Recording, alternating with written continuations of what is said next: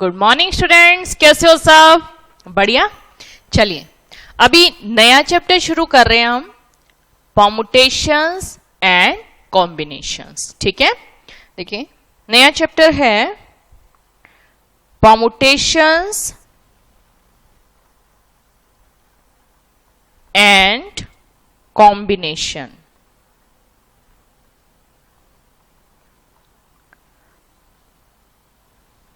Permutations and combination. देखो ये chapter केवल आपका ये नहीं कि +1 में ही काम आने वाला है। ये चैप्टर आपका जब आप +2 में होगे, प्रोबेबिलिटी करोगे, तभी भी उसमें पूरा इसका यूज है। तो बिल्कुल ध्यान से समझिएगा ये चैप्टर। और इसकी सबसे बड़ी खास बात है कि ये पूरा का पूरा चैप्टर लॉजिकल है। ठीक है, पूरा लॉजिक के ऊपर बेस है और बहुत ही इंटरेस्टिंग चैप्टर होने वाला है। ठीक है, चलिए स्टार्ट करते हैं परमुटेशंस एंड कॉम्बिनेशंस। ठीक है, तो देखो सबसे पहले मतलब क्लियर होना चाहिए कि परमुटेशंस क्या होता है और कॉम्बिनेशंस क्या होता है। तो एक बार इसको समझने की कोशिश करते हैं। ठीक है, देखो एक बार पहले मतलब समझेंगे, बाकी सारी टर्मिनोलॉजी हम बाद में करेंगे। पहले इनका मतलब समझते हैं कि परमुटेशंस किसको बोलते हैं और कॉम्बिनेशंस किसको बोलते हैं। ठीक है, तो चलिए आप एक सिंपल सा एग्जांपल हम लेते हैं। फॉर एग्जांपल एक बेंच है। ठीक है, अब इस बेंच के ऊपर 3 स्टूडेंट बैठ सकते हैं। ठीक है, 3 स्टूडेंट्स हैं जो इस बेंच पे आ सकते हैं। ठीक है, अब इन स्टूडेंट के कोई इंटरेस्टिंग से नाम बताओ, जैसे कोई भी ले लेते हैं, चलो पुराने जमाने का ही लेते हैं, राम, गीता और सीता। ठीक है, तो ये 3 स्टूडेंट्स हैं जिनको इस बेंच पे बैठना है। अब देखो 1 2 3 प्लेसेस है, राइट। अब मुझे एक बात बताओ, क्या क्या पॉसिबिलिटी हो सकती है? एक बार आप लोग सोचो और कोशिश करो कि क्या क्या पॉसिबिलिटी, अगर आप लोगों को ऐसे बेंच पे बैठना होता तो क्या क्या पॉसिबिलिटी होती। देखो राम, अगर मैं ऐसा ले लू, राम इधर बैठ गया। ठीक है, इधर राम बैठ गया। अब बताओ गीता इधर बैठेगी और सीता इधर बैठेगी, ऐसी पॉसिबिलिटी हो सकती है। अच्छा, ऐसा भी तो हो सकता है कि राम इधर ही बैठा है और सीता इधर आ गई और गीता इधर है। बताओ ऐसा हो सकता है? ठीक है, अब देखो ये तो बात थी अगर इस फर्स्ट प्लेस पे कौन बैठा है, राम बैठा है। लेकिन जरूरी थोड़ा ना हर बार राम ही बैठेगा। ऐसा भी तो हो सकता है कि फर्स्ट प्लेस पे कौन है, गीता है। डन। तो राम और सीता ऐसे बैठ सकते हैं, या फिर ये भी तो हो सकता है ना कि गीता इधर है, सीता इधर है और राम इधर है। हो सकता है ये भी। ठीक है, अब ये तो हो गया राम फर्स्ट प्लेस पे आया, फिर गीता फर्स्ट प्लेस पे आई। ऐसा भी तो हो सकता है कि फर्स्ट प्लेस पे कौन हो, सीता हो। तो कौन कौन बचा, राम एंड गीता। लेकिन ये भी तो हो सकता है सीता इधर है, गीता इधर है और राम इधर है। और बताओ क्या पॉसिबिलिटी बन सकती है। देखो इस फर्स्ट प्लेस पे या तो राम आएगा, या गीता आएगी, या फिर सीता आएगी। मतलब अपनी 3 ही पॉसिबिलिटी है। लेकिन बाकी के जो 2 पर्सन है आपस में तो अरेंज हो ही सकते हैं ना, आगे पीछे होके बैठे। तो ये डिफरेंट अरेंजमेंट है ना, पर्सन को उठना पड़ेगा। ठीक है, तो ये क्या है, अरेंजमेंट। ठीक है, इसको क्या बोलते हैं, अरेंजमेंट। देखो अरेंजमेंट में क्या होता है, ऑर्डर मैटर करता है। ये बात लिख लीजिए, अरेंजमेंट में ऑर्डर मैटर करता है। अब देखो ऑर्डर कैसे मैटर कर रहा है, ऑर्डर देखो कैसे मैटर कर रहा है। पहले राम है, फिर गीता है, फिर सीता है। ये डिफरेंट अरेंजमेंट है। लेकिन जब सीता इधर है और गीता इधर है तो ऑर्डर मैटर कर रहा है ना, कि मैं किस ऑर्डर में बोल रही हूं। पर्सन तो वही 3 है, राम, गीता और सीता, पर्सन तो वही है। लेकिन ये मैटर कर रहा है कि मैंने किस ऑर्डर में बोला, कि पहले राम बोला, फिर गीता बोला, फिर सीता बोला। ये डिफरेंट अरेंजमेंट हुआ। लेकिन देखो इधर राम को बिठा दिया, इधर गीता को बिठा दिया और इधर सीता को बिठा दिया। ठीक है, लेकिन ये जब आपस में इंटरचेंज हुए, सीता इधर गीता इधर, तो जब मैंने इस ऑर्डर में बोला राम, सीता और गीता, तो डिफरेंट अरेंजमेंट है ना, सीता को उठना पड़ेगा और गीता को आपस में सीट इंटरचेंज करनी पड़ेगी ना, तो इसको क्या बोलते हैं, अरेंजमेंट। क्लियर? अरेंजमेंट में ऑर्डर मैटर करता है, आप किस ऑर्डर में बोल रहे हो। ठीक है, चलो इसी का एक और एग्जांपल लेते हैं। देखो सेम क्वेश्चन है, राम, गीता, सीता, लेकिन अब क्या हुआ, जो प्लेसेस है, एक बार ये तो हटा देती हूं मैं, जो प्लेसेस है वो 2 है। ठीक है, 2 प्लेसेस है, अब इन पे बैठना है। क्लियर है क्वेश्चन? देखो अपने पास बैठने के लिए प्लेसेस 2 ही है, तो ये बताओ क्या क्या पॉसिबिलिटी हो सकती है। एक बार कोशिश करो, बनाओ फटाफट, शाबाश। देखो क्या आ रहा है, बिठाओ इनको,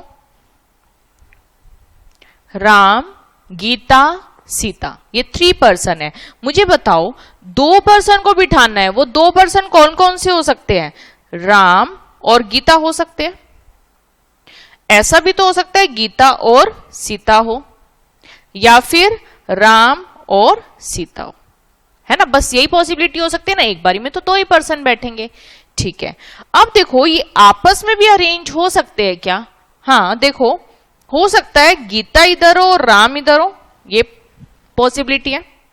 दूसरा केस देखो, सीता इधर हो और गीता इधर हो, और इधर सीता इधर हो और राम इधर हो। ठीक है, तो इसका मतलब है अपने पास कितनी पॉसिबिलिटी आई, 6 पॉसिबिलिटी। ये बात क्लियर? अब इसमें बताओ क्या आपका ऑर्डर मैटर कर रहा है क्या, कि आपने किस ऑर्डर में बोला, कि राम को इधर बिठाया, सीता को इधर बिठाया, या फिर सीता को इधर बिठाया, राम को इधर बिठाया।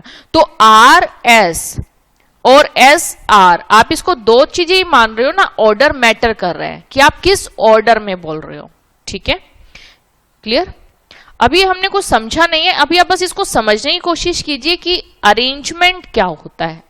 ठीक है, तो अब एक और एग्जाम्पल देखो, ये सेम एग्जाम्पल है, राम, गीता और सीता, ये 3 पर्सन है।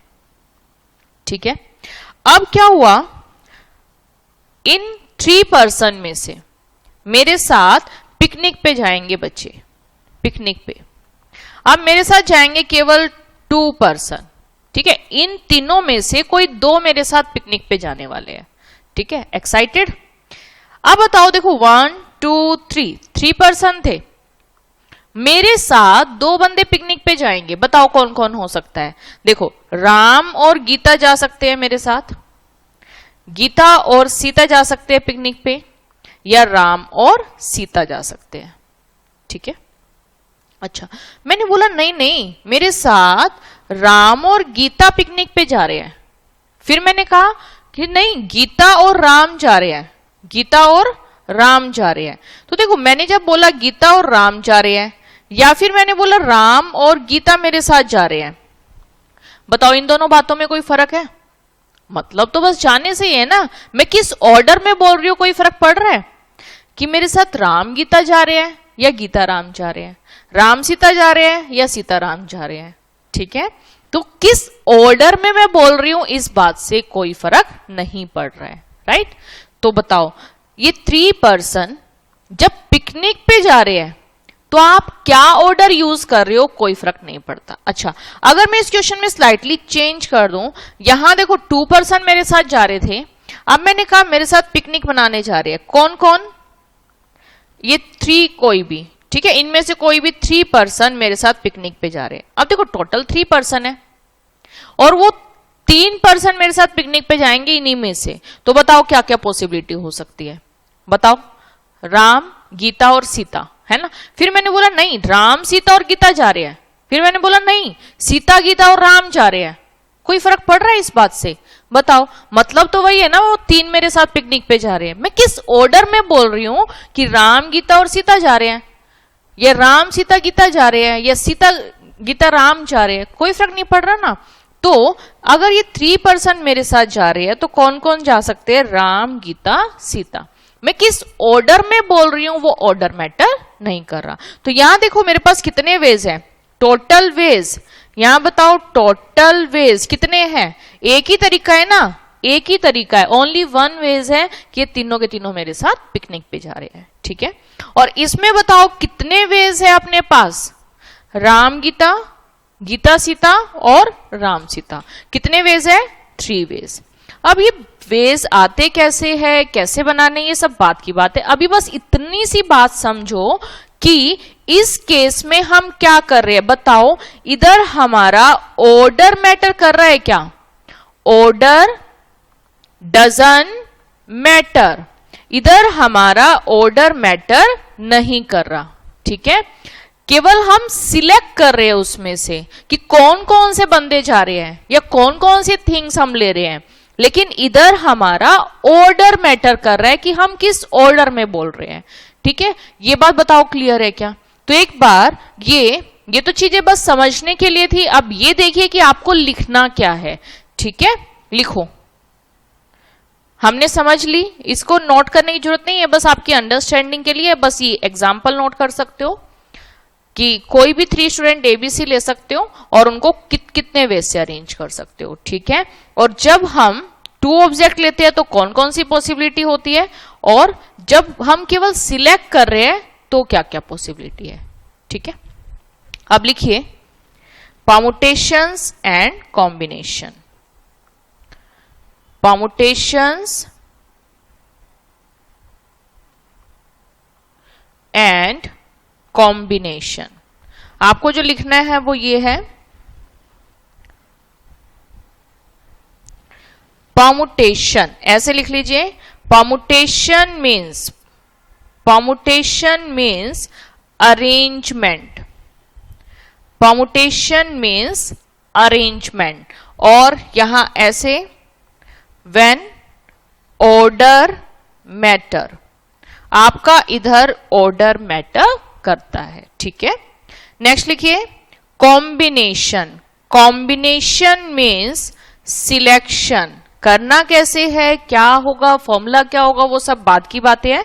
अभी बस इतना इनका मतलब समझ लीजिए कि होता क्या है। Selection means order doesn't matter. जब आपका ऑर्डर मैटर नहीं करता, किस ऑर्डर में आप बोल रहे हो कोई फर्क नहीं पड़ता, ठीक है। तो इसको ऐसे लिख लीजिए,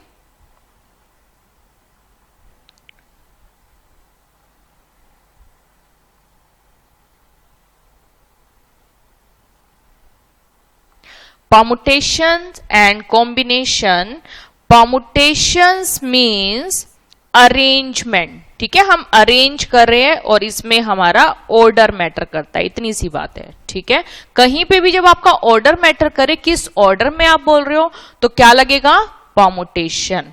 और कॉम्बिनेशन कब लगता है, जब हम केवल सिलेक्ट करते हैं और हमारा ऑर्डर मैटर नहीं करता, हम किस ऑर्डर में बोल रहे हैं, ठीक है।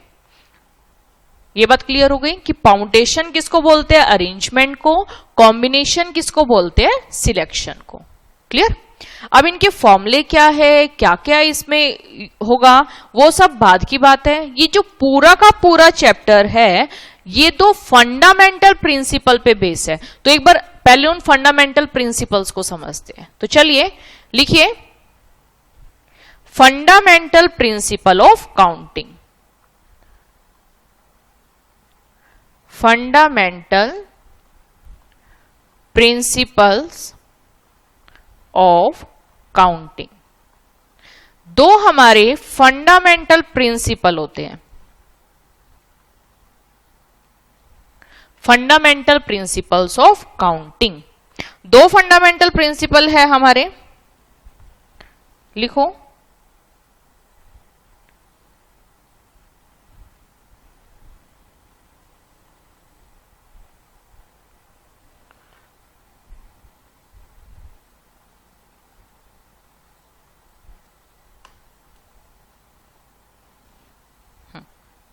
यस। फर्स्ट है addition theorem. Addition theorem. Second है मल्टीप्लिकेशन थ्योरम। Multiplication theorem. अगर आप लोगों ने ये 2 थ्योरम समझ ली अच्छे से, तो इस पूरे चैप्टर में कहीं कोई दिक्कत नहीं आएगी, ठीक है। तो मेन आपका फोकस है, जो पूरा का पूरा चैप्टर है, ये इन 2 फंडामेंटल प्रिंसिपल ऑफ काउंटिंग पे बेस है, addition theorem and multiplication theorem. ठीक है, इनको समझने की कोशिश करते हैं।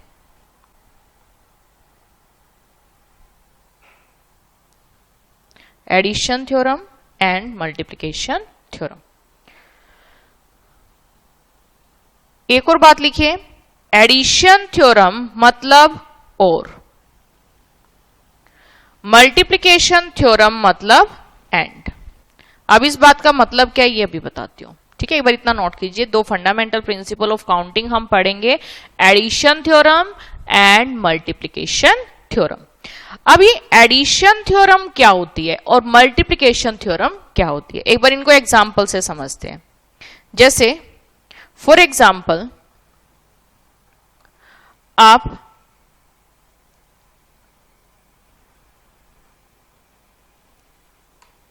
चलो एक बार ये ले लेते हैं, आप अपने घर पे हो।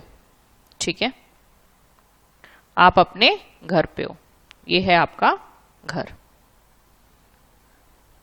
अब घर से आपको पारस आना है। ठीक है, घर से आपको पारस आना है और पारस से आपको मार्केट जाना है।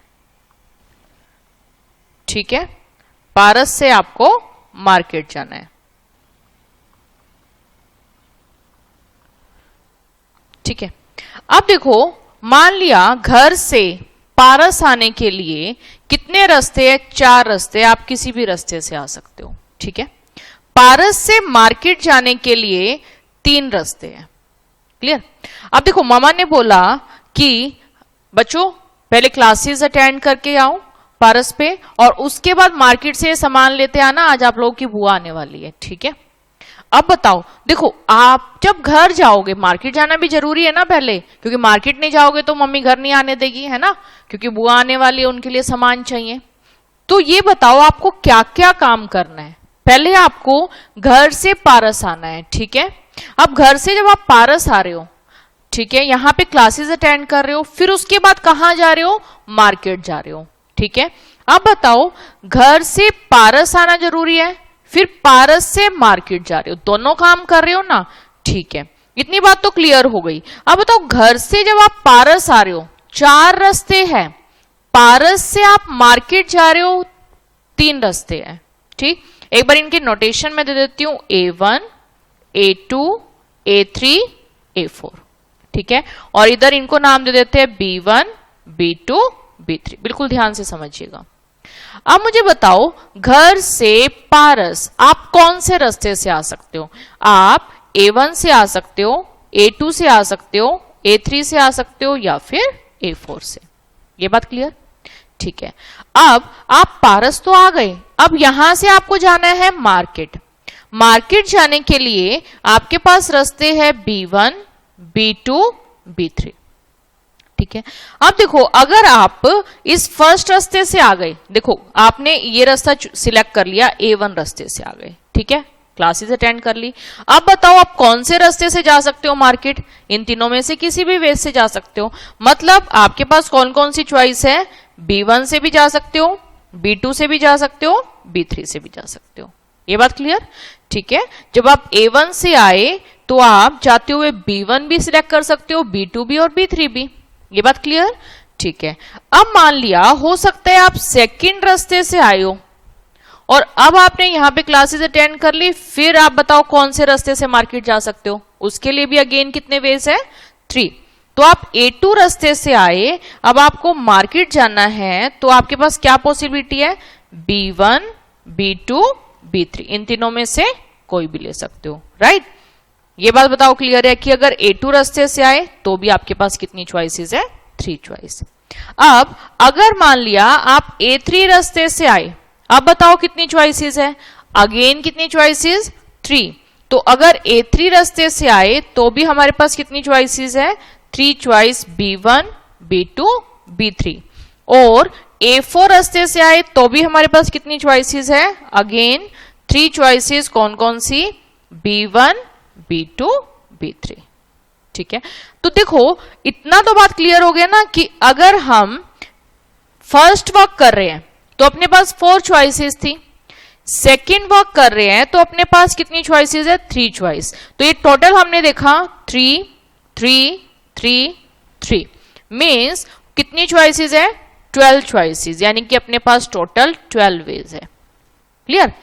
अब देखो यहां हमें पहला काम भी करना था। पहला काम क्या था? घर से पारस आना था। और दूसरा काम भी करना था। दूसरा काम क्या है? पारस से मार्केट जाना। दोनों काम करने हैं ना, तो आप इसको ऐसा कर सकते थे। देखो फर्स्ट वर्क कितने वे से परफॉर्म हो सकता था? 4 वेज। सेकेंड वर्क कितने वे से परफॉर्म हो सकता था? 3 वेज। अपने को दोनों काम करने हैं, कौन सी थ्योरम आएगी? मल्टीप्लाई। तो कितने वेज हो गए? 4 × 3 12 वेज।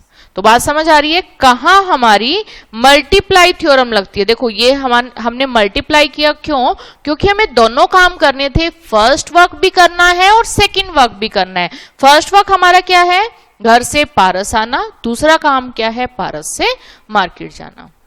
ठीक है, तो यहां देखिए किसकी कंडीशन है? एंड की कंडीशन है। First work and second work. पहला काम भी करना है, दूसरा काम भी। अच्छा, जरूरी नहीं है कि 2 ही काम हो तो भी आप मल्टीप्लाई लगा सकते हो। अगर मान लिया एक और काम होता, यहां से मार्केट जाने के बाद फ्रेंड्स के साथ खेलने जाना है, ठीक है, या कहीं और जाना है, ठीक, उसके लिए भी हमारे पास वेज है, तो मल्टीप्लाई कर देंगे। तो जितने भी काम है, लेकिन पहला काम भी, दूसरा काम भी, तीसरा काम भी, सारे काम करने हैं, तो कौन सी थ्योरम? मल्टीप्लाई। तो बताओ मल्टीप्लाई थ्योरम क्लियर है क्या? क्लियर? हमने वेज भी देख लिए कि हमारे यहां से भी 12 वेज आए और यहां से भी 12 वेज। तो देखो परम्यूटेशन और कॉम्बिनेशन कितना आसान बना देता है चीजों को। यहां आपको कितनी सिलेक्ट करने पड़ेगी, कौन कौन सी चॉइसेस हो सकती है, और आप इसको डायरेक्ट फॉर्मूले से भी कर सकते हो। क्लियर है? डन। अब एक और एग्जांपल लेते हैं एडिशन थ्योरम को समझने के लिए। देखिए एक और एग्जांपल लेते हैं एडिशन थ्योरम के लिए। आप पारस पे हो, ठीक है,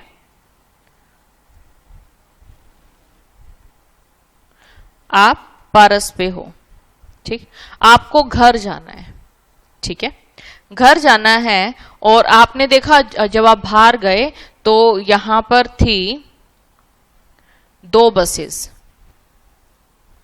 ठीक है,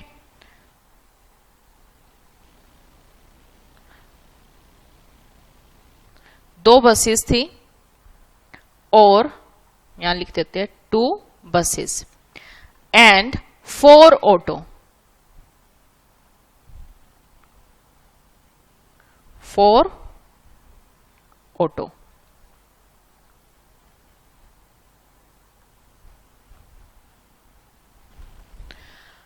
ठीक है, अब देखो मुझे एक बात बताओ, आपको घर जाना है, घर जाने के लिए बताओ या तो आप बस में जाओगे या फिर ऑटो में जाओगे, है ना? तो या तो आप बस लोगे या फिर आप ऑटो लोगे। ये बताओ क्या आप दोनों में चढ़ जाओगे क्या? एक पैर आपका बस में और एक पैर आपका ऑटो में? ऐसा तो नहीं करोगे। मीन्स कि आपको या तो बस में जाना है या फिर ऑटो में जाना है, लेकिन एक चीज तो चाहिए, ठीक है? अब बताओ अगर आपको बस में जाना है तो कितनी चॉइसेस है आपके पास? 2 वेज, है ना? 2 वेज, किसी भी बस में जा सकते हो। और अगर आपको ऑटो में जाना है तो कितने वेज है? 4 वेज। अब ये बताओ कि यहां आपके पास टोटल कितनी चॉइसेस है? आप या तो बस लोगे या फिर ऑटो लोगे। मल्टीप्लाई तो नहीं कर दोगे ना कि हमारे पास 8 वेज है, एक पैर बस में रखा और बाकी किसी भी 4 ऑटो में बैठ गए, ठीक है, दूसरा पैर किसी भी 4 ऑटो में, ऐसा तो नहीं करोगे ना। तो बताओ यहां क्या लगाओगे? एडिशन थ्योरम, कि आप या तो बस ही लोगे या फिर ऑटो लोगे, यानी कि इन दोनों में से एक काम करना है। क्लियर? तो एडिशन थ्योरम कब लगती है? जब हमारी और की कंडीशन हो, मतलब या तो हमें पहला काम करना है या फिर दूसरा काम करना है, ठीक है। तो ये जो पूरा चैप्टर है इन 2 फंडामेंटल प्रिंसिपल ऑफ काउंटिंग पे बेस है। कौन कौन सी?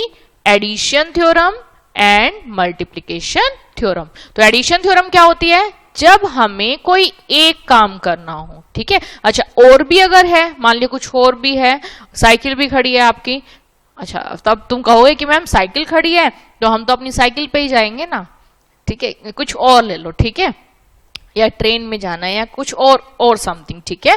तो बस, ऑटो, अगर कोई और पॉसिबिलिटी है तो भी आपकी एडिशन थ्योरम, क्योंकि इनमें से कोई एक काम आपको करना है, ठीक है। तो जब भी हमारी और की कंडीशन हो, या तो फर्स्ट वर्क या सेकंड वर्क या थर्ड वर्क, तो हमारी कौन सी थ्योरम लगती है? हमारी थ्योरम लगती है एडिशन थ्योरम। और जब हमें सारे काम करने हो तो कौन सी थ्योरम? Multiply theorem. क्लियर? तो बताओ ये दोनों थ्योरम क्लियर है क्या? चलिए नोट कर लो। क्या? Two fundamental principle of counting. कौन कौन से? Addition theorem and multiplication theorem. Addition theorem क्या होती है? एडिशन थ्योरम हमारी होती है जब हमें दोनों में से कोई एक काम करना हो। यहां आप लिख सकते हो when work simultaneously not possible. Simultaneously not possible.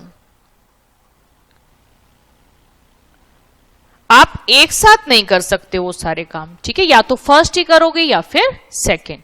और एंड थ्योरम कब लगेगी? मल्टीप्लिकेशन थ्योरम कब लगेगी? जब हमें सारे काम करने हो, ऑल वर्क, ठीक है। जैसा भी काम है वो सारे के सारे काम करने हो तो कौन सी थ्योरम लगेगी? Multiplication theorem. तो बताओ ये दो fundamental principle of counting clear है क्या? डन? ठीक है। अब एक दो एग्जाम्पल और लेते हैं। मान लिया आप थिएटर गए मूवी देखने के लिए, ठीक है। एक और एग्जाम्पल लेते हैं। थिएटर गए मूवी देखने के लिए, मूवी लगी हुई थी। अब थिएटर में, सिनेमा हॉल में जो एंट्रेंस पॉइंट है वो 3 है, ठीक है। ये 3 एंट्रेंस गेट ले लेते हैं। और जो एग्जिट है वो 2 है, ठीक है। 2 एग्जिट पॉइंट है। अब बताओ आपके पास कितने वेज है? देखो आपको एंट्री भी करनी है, किसी भी गेट से एंट्री कर सकते हो। और एग्जिट के लिए ये आउटलेट्स हम ले लेते हैं O1 और O2, 2 आउटलेट्स है, ठीक है, एग्जिट पॉइंट। अब बताओ अगर आपने एंट्री की फर्स्ट गेट से, E1 गेट से, बताओ अब एग्जिट करने के लिए आपके पास कितनी चॉइसेस है? 2 चॉइसेस। कौन कौन सी? O1 O2, है ना। आउटलेट फर्स्ट से भी कर सकते हो, सेकंड से भी कर सकते हो। लेकिन अगर आप सेकंड गेट से एंट्री करते हो तो आपके पास कितनी चॉइसेस है? Again 2 choices O1 and O2। अगर आप थर्ड गेट से एंट्री करते हो तो कितनी choices? Again 2 choices O1 and O2। तो देखिए टोटल कितनी चॉइसेस हुई आपके पास? E1 O1 E1 O2। 2 cases ये हो गए, 2 केसेस ये हो गए और 2 केसेस ये। मतलब टोटल आपके पास कितने वेज है? 6 वेज है, राइट। तो आप डायरेक्ट भी कर सकते थे। देखो एंट्री करने के लिए कितनी चॉइसेस है? 3। और एग्जिट करने के लिए कितनी चॉइसेस है? 2। दोनों काम करने ना, एंट्रेंस भी करनी है और एग्जिट भी करनी है। तो कितने वेज हो गए? Total 6 ways. बताओ बात क्लियर है क्या? डन?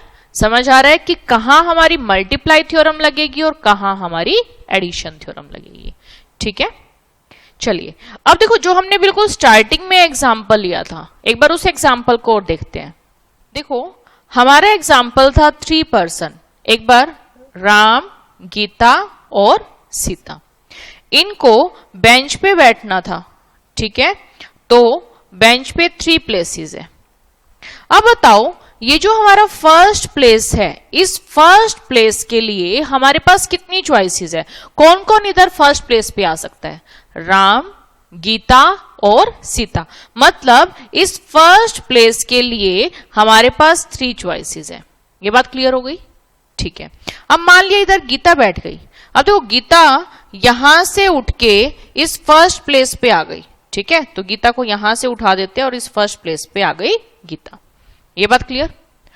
अब बताओ इस नेक्स्ट प्लेस के लिए गीता को तो बैठ गई ना, एक पर्सन तो डेफिनेटली बैठेगा, कोई भी हो सकता है, राम भी हो सकता है, गीता भी हो सकता है, सीता भी।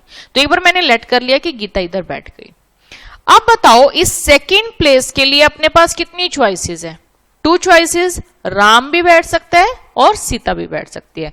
तो इस नेक्स्ट प्लेस के लिए अपने पास कितनी चॉइसेस है? 2 चॉइस। लेकिन बैठेगा तो एक बारी में एक ही पर्सन ना, ठीक है। मान लिया मैंने कि यहां राम बैठ गया, ठीक है। तो इस प्लेस पे मैंने लेट कर लिया कि यहां उठ के कौन आ गया, राम। इस प्लेस पे कौन आ गया, राम। डन। अब देखो अपने को थर्ड प्लेस पे भी बिठाना है। अब बताओ थर्ड प्लेस के लिए अपने पास कितनी चॉइसेस बची, केवल एक ही चॉइस बची ना, इधर तो जो पर्सन बचा बस वही बैठ सकता है, तो इधर कौन आ जाएगा, सीता। डन। अब बताओ हमें फर्स्ट प्लेस को भी फिल करना है, सेकंड प्लेस को भी फिल करना है और थर्ड प्लेस को भी फिल करना है। तो बताओ अपने पास टोटल कितने वेज है, मल्टीप्लाई थ्योरम आएगी ना। फर्स्ट प्लेस भी फिल करना है, सेकंड भी और थर्ड भी, तीनों काम करने हैं मल्टीप्लाई थ्योरम। तो अपने पास टोटल कितने वेज होंगे, 6 वेज। और जब हमने इनको एक्चुअली बिठा के देखा था तो भी हमारे पास कितने वेज आए थे, 6 वेज। तो बात समझ आ रही है कि ये जो फंडामेंटल प्रिंसिपल ऑफ काउंटिंग, ये पूरा का पूरा चैप्टर इन दो प्रिंसिपल के ऊपर बेस है। ठीक है, और पूरा लॉजिकल चैप्टर है। समझ आया सभी को, यहां तक क्लियर है सभी को? चलिए, यहां तक मुझे नहीं लग रहा कोई भी दिक्कत होगी। अच्छा, इसमें हमने एक और एग्जाम्पल लिया था कि राम, गीता और सीता, इनके बैठने के लिए जब हमारे पास 2 चॉइसेस है। ठीक है, एक बार इसको और देख लेते हैं। तो मुझे बताओ ये जो फर्स्ट प्लेस है इसके लिए अपने पास कितनी चॉइसेस है? राम भी बैठ सकता है, गीता भी बैठ सकती है और सीता भी बैठ सकती है। तो इस प्लेस के लिए अपने पास कितनी चॉइसेस है? 3 चॉइसेस है। ये बात क्लियर हो गई? ठीक है। अब देखो ये जो सेकंड प्लेस है, इधर एक बारी में तो एक ही पर्सन आएगा ना। मान लिया इधर कौन आ गया, राम आ गया। अब बताओ ये जो सेकंड प्लेस है इसके लिए कितनी चॉइसेस बची? गीता और सीता, 2 चॉइसेस है ना। तो यहां पे क्या हो गया, 2 चॉइसेस। मान लिया सीता आ गई, बैठेंगे तो 2 ही पर्सन ना। ठीक है, अब बताओ दोनों काम करने हैं ना, दोनों प्लेसेस फिल करने हैं, तो कौन सी थ्योरम आएगी, मल्टीप्लाई। तो देखो यहां से भी अपने कितने वेज आए, 6 वेज। और जब हमने एक्चुअल में फाइंड आउट किया था तो भी हमारे 6 वेज ही आए थे ना। कौन कौन से? राम, गीता, गीता, सीता, राम, सीता। और ये आपस में भी अरेंज हो सकते हैं, SGSR। तो ये हमारे टोटल 6 वेज बने थे। बात समझ आ रही है? क्लियर है सभी को? ठीक है, तो ये 2 फंडामेंटल प्रिंसिपल ऑफ काउंटिंग कि जब हमें एक काम करना हो एडिशन थ्योरम, दोनों काम करना हो मल्टीप्लाई थ्योरम। क्लियर सभी को? तो चलिए आज केवल इन फंडामेंटल प्रिंसिपल ऑफ काउंटिंग पे बेस्ड क्वेश्चन ट्राई करते हैं। तो देखिए क्वेश्चंस।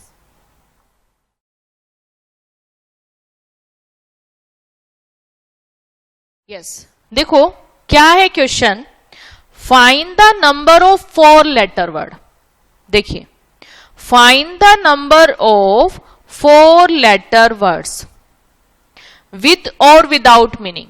उनकी सेंस निकले या ना निकले इससे कोई मतलब नहीं है।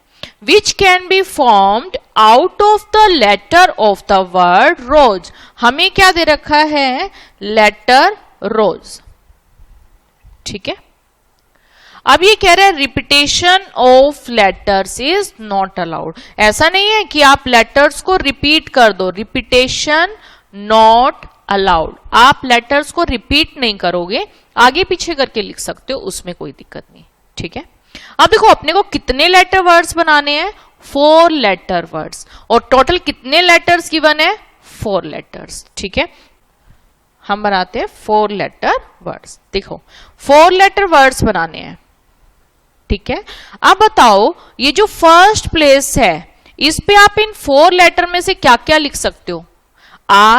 ROSE, इन चारों में से कोई भी एक चीज लिख सकते हो। तो इस प्लेस के लिए आपके पास कितनी चॉइसेस है, 4 चॉइस। लेकिन लिखोगे तो एक बारी में एक ही ना। मान लिया O लिख दिया आपने इधर। ठीक है, अब देखो O तो हमने यूज कर लिया ना, O तो हमारा आ गया इस प्लेस पे, ये हमने यूज कर लिया। ठीक है, अब बताओ इससे जो नेक्स्ट प्लेस है, इस नेक्स्ट प्लेस के लिए आपके पास कितनी चॉइसेस है? ओ हमने यहां यूज कर लिया तो RSE। तो इस नेक्स्ट प्लेस के लिए कितनी चॉइसेस है, 3 चॉइस। मान लिया इधर लिख दिया E, एक बारी में तो एक ही लिखोगे, तो इधर हमने क्या लिख दिया, E। तो E हमने इधर लिख दिया। ये बात क्लियर हो गई? अब इससे नेक्स्ट प्लेस के लिए बताओ, इससे नेक्स्ट प्लेस के लिए क्या क्या बचा, R and S। मतलब कितनी चॉइसेस, 2 चॉइसेस है। ठीक है, तो मान लिया इधर हमने लिख दिया R, तो इस नेक्स्ट प्लेस पे हमारा क्या आ गया, R। तो R हमने लिख दिया इधर। डन। अब इससे नेक्स्ट प्लेस के लिए बताओ, इस लास्ट प्लेस के लिए हमारे पास कितनी चॉइसेस है? एक ही चॉइस बची ना, देखो इधर ये ऐसे लिख सकते हो, तो इस लास्ट प्लेस के लिए कितनी चॉइसेस है? 1 चॉइस। ठीक, अब देखो 1 2 3 4 चारों के चारों प्लेसेस फिल करने हैं ना, तो चारों के चारों काम करने हैं, कौन सी थ्योरम हम लगाएंगे? Multiplication theorem. तो इधर क्या कर दिया हमने, इनको मल्टीप्लाई। तो देखो कितने वेज हो गए हमारे पास? 24 वेज। ये हमारा आंसर। बताओ बात क्लियर है क्या? क्लियर? तो कोई भी क्वेश्चन हो अपना लॉजिक क्लियर होना चाहिए कि अगर हमें सारे काम करने हैं मल्टीप्लाई थ्योरम, अगर हमें और की कंडीशन दे रखी है कि या तो हम फर्स्ट वर्क कर सकते हैं या सेकंड वर्क कर सकते हैं, तो उस केस में क्या आएगा? Addition theorem. डन? तो आई होप ये सबको क्लियर होगा। आगे बढ़े, चलिए आगे बढ़ते हैं।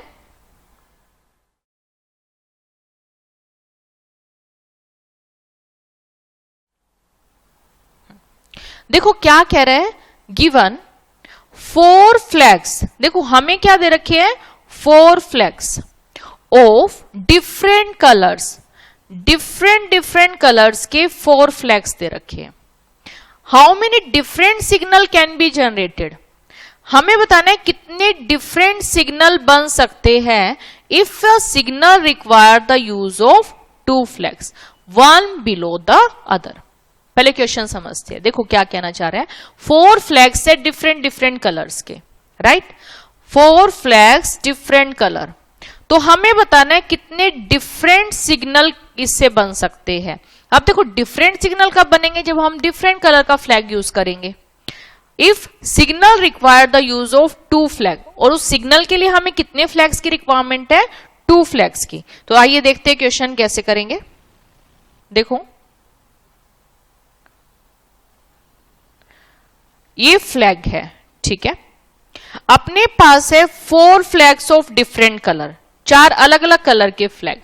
तो एक बार हम मान लेते हैं एक फ्लैग है हमारे पास येलो कलर का, एक है हमारे पास ये ब्लू कलर का, और एक है ग्रीन कलर का फ्लैग, और एक है ये पिंक कलर का फ्लैग। ठीक है, तो 4 फ्लैग्स ऑफ डिफरेंट कलर, 4 अलग अलग कलर के हमारे पास फ्लैग है, yellow, blue, green and pink, ये 4 कलर के फ्लैग है। अब इसमें से कोई भी 2 हम इधर लगा देंगे तो हमारा एक सिग्नल बन जाएगा, ठीक है, 1 बिलो द अदर।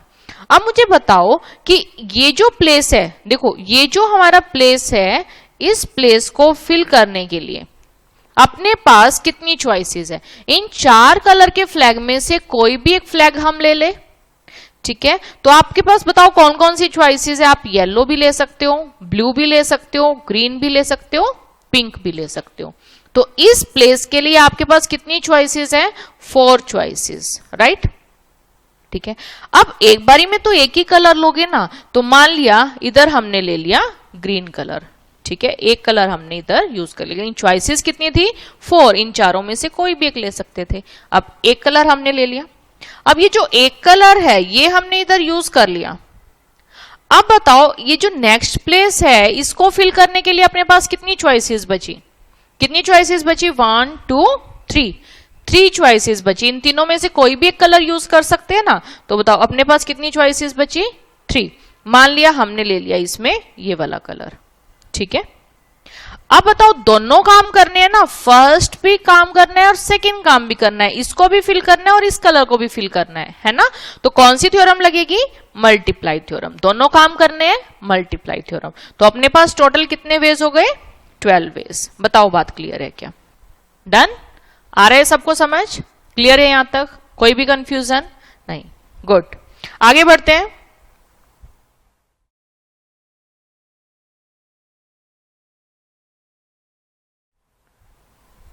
देखो क्या कह रहे हैं, हाउ मेनी 2 डिजिट, ये कह रहे 2 डिजिट क्या even numbers, 2 digit even numbers can be form from the digit 1 2 3 4 5। 1 2 3 4 5 given है, इनकी हेल्प से हमें 2 डिजिट इवन नंबर बनाने हैं।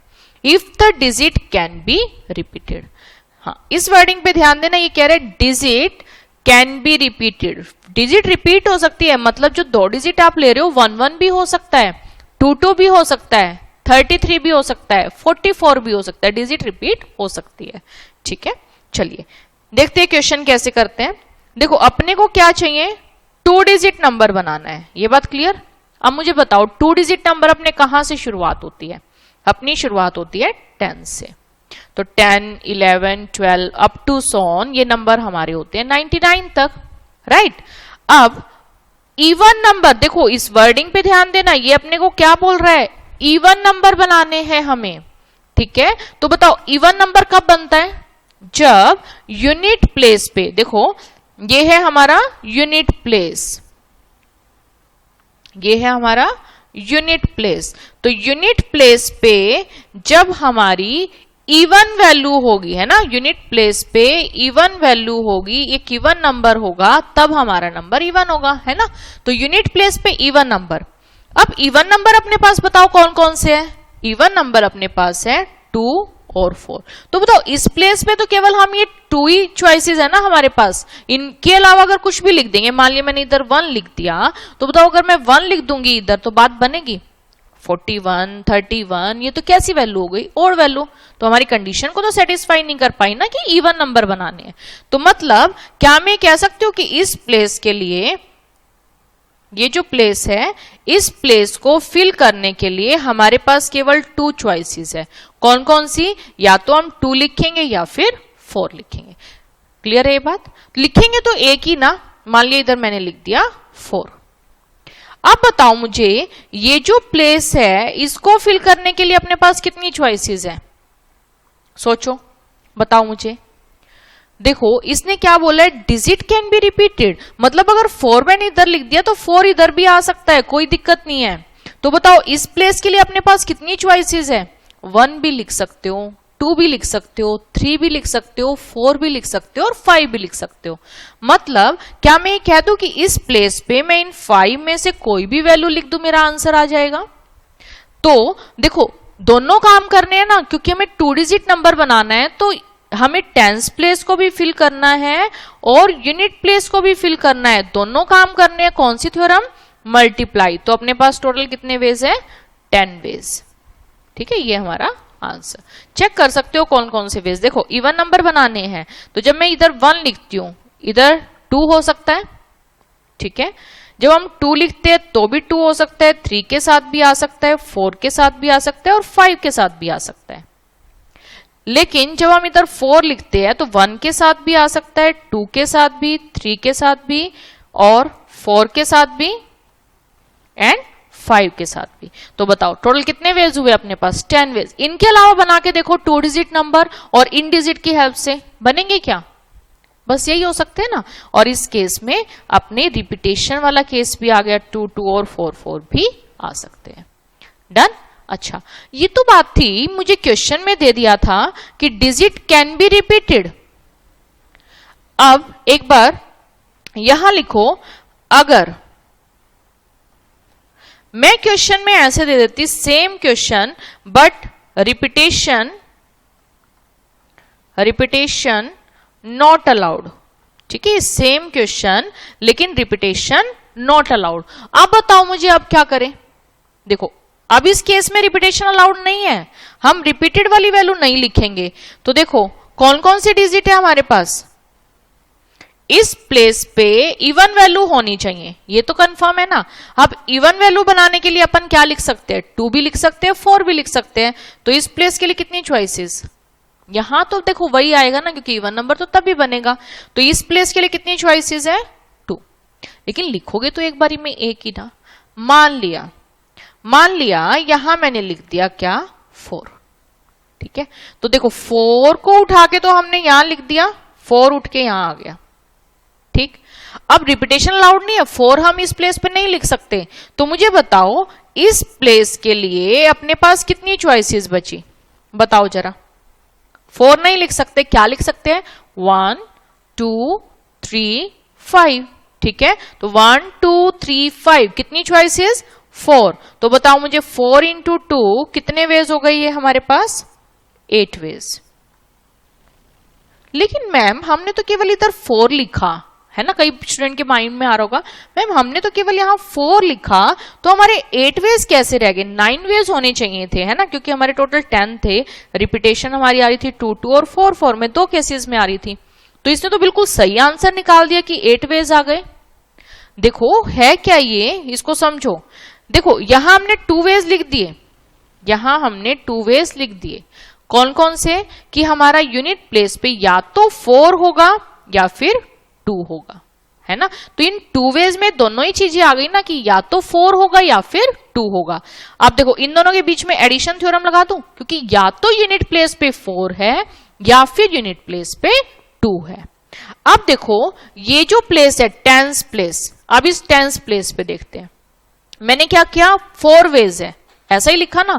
कौन कौन से, अगर मैंने यहां 4 लिखा था तो मेरे पास क्या क्या बचा, 1 बचा, 2 3 और 5। देखो ये वेज बोले ना मैंने, जब 4 इधर है तो बाकी मर्जी कोई भी 4 लिख लें, ठीक है। लेकिन जब मैंने यहां पर 2 लिखा तो देखो ये डिजिट मैंने यूज कर ली, तो बाकी क्या बचा, 1 3 4 5। अगेन हमारे पास 4 ही वेज है ना। कौन कौन से, 1 3 4 एंड 5। तो इसमें सारे केसेस आ जाते हैं ना। तो बात समझ आ रही है, मल्टीप्लिकेशन थ्योरम में हमारे सारे केसेस आ गए कि यहां पर कोई भी 2, 4 भी हो सकता है, वो 2 भी हो सकता है, लेकिन लिखोगे कोई एक ही, ठीक है। या तो आपने 4 लिखा या फिर आपने 2 लिखा, कोई एक लिखोगे। तो बाकी बचे जो 4 डिजिट है वो आप टेंस प्लेस पे लिख सकते हो, ठीक है। डन। तो ये हमारे टोटल वेज। बात समझ आ रही है, बिल्कुल सिंपल, ठीक है। तो अभी तक हम मल्टीप्लिकेशन थ्योरम पे बेस्ड क्वेश्चन ही कर रहे हैं ना, कि जब हमें दोनों काम करने हो या एक से ज्यादा काम करने हो, लेकिन सारे काम करने हैं, तो कौन सी थ्योरम लगा रहे हैं हम, मल्टीप्लिकेशन थ्योरम, ठीक है। आगे बढ़ते हैं।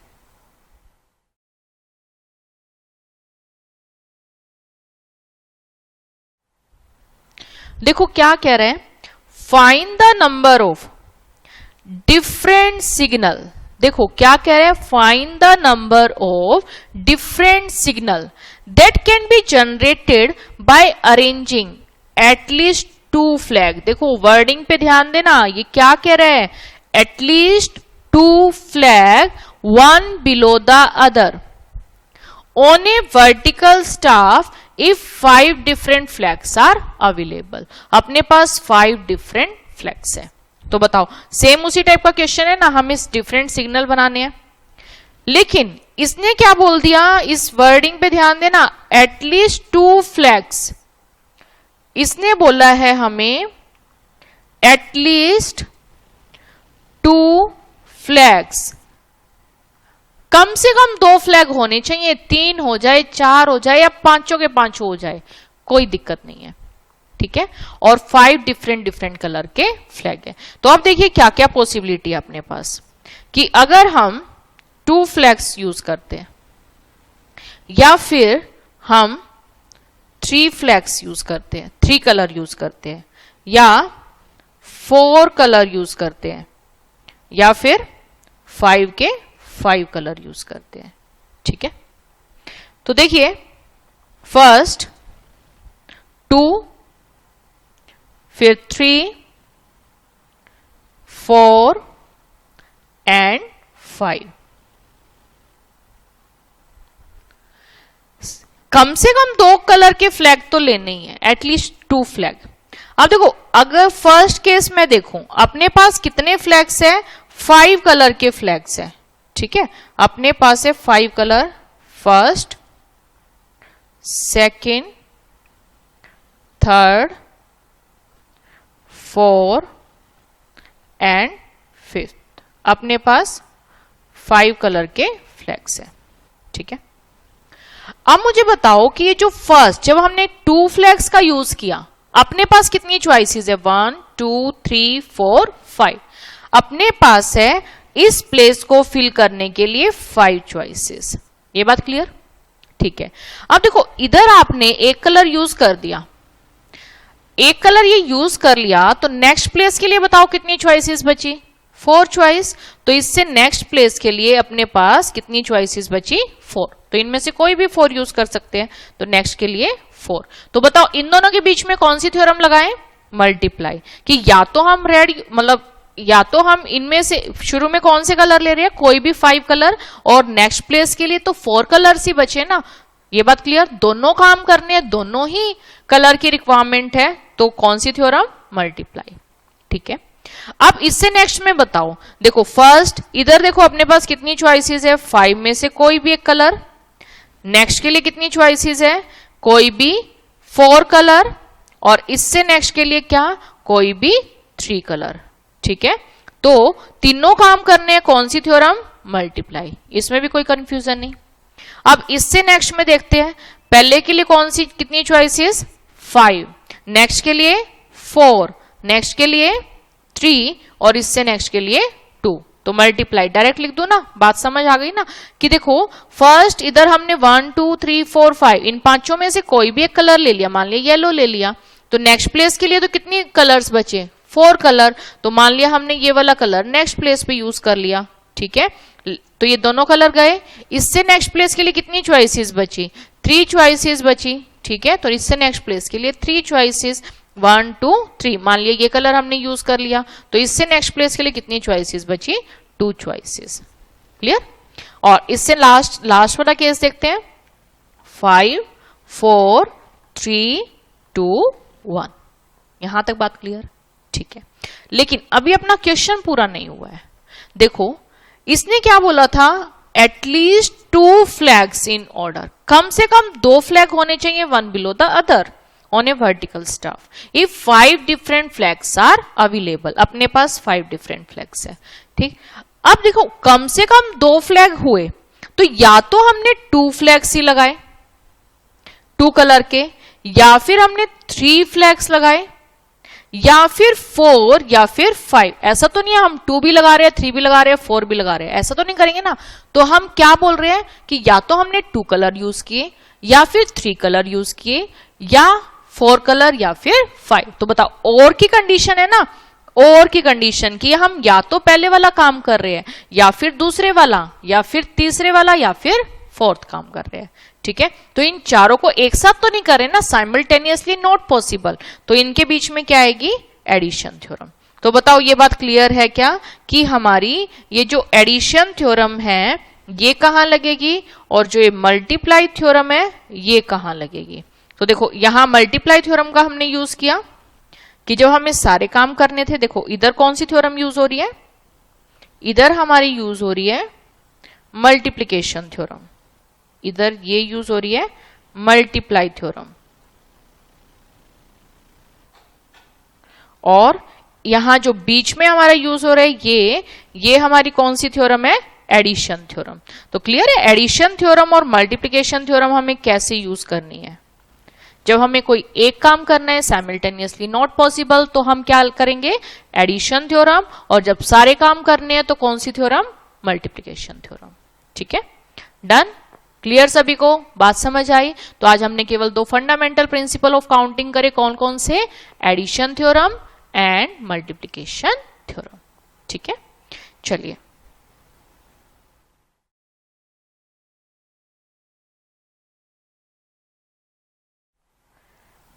अब होमवर्क नोट कीजिए। देखो क्या है question, how many 3 digit number can be form from the digit 1 2 3 4 5, repetition of digit allowed, repetition of digit is not allowed. 3 digit number बनाने हैं, तो ये क्वेश्चन आप लोग ट्राई करेंगे, ये होमवर्क का क्वेश्चन है।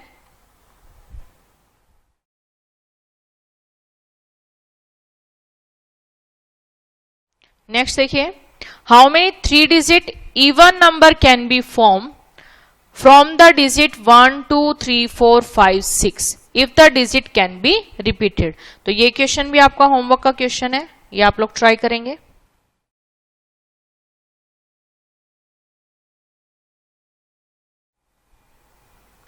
How many 4-letter code word can be formed using the first 10 letter of English alphabet if no letter can be repeated? कोई भी लेटर हमारा रिपीट नहीं हो रहा। देखो क्या कह रहे हैं, 4 letter code can be form using the first 10 letter. देखो केवल स्टार्टिंग के 10 लेटर्स लेने, A B C D E F G, जो भी स्टार्टिंग 10 लेटर है, और कोई भी लेटर रिपीट नहीं होना चाहिए, और 4 लेटर कोड वर्ड हमें बनाने हैं। तो ये क्वेश्चन भी आप लोग ट्राई करेंगे।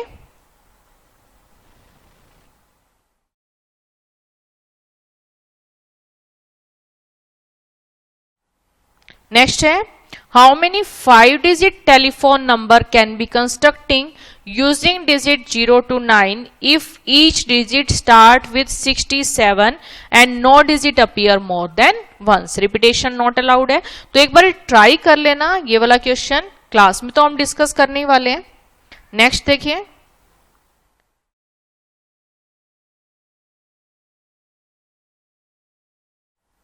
नेक्स्ट है, a coin is tossed 3 times and outcomes are recorded, how many possible outcomes are there। एक क्वाइन को 3 टाइम टॉस किया, जब हम 1 टाइम टॉस करते हैं तो क्या आता है, हेड भी आ सकता है, टेल भी आ सकता है, ठीक है। तो उनका जो आउटकम आया, मतलब जब हमने फर्स्ट टाइम थ्रो किया हेड आएगा या फिर टेल आएगा, उसको रिकॉर्ड कर लिया, ठीक है। ऐसे ऐसे 3 टाइम किया तो कितने आउटकम्स पॉसिबल है, तो ट्राई करना है ये क्वेश्चन भी।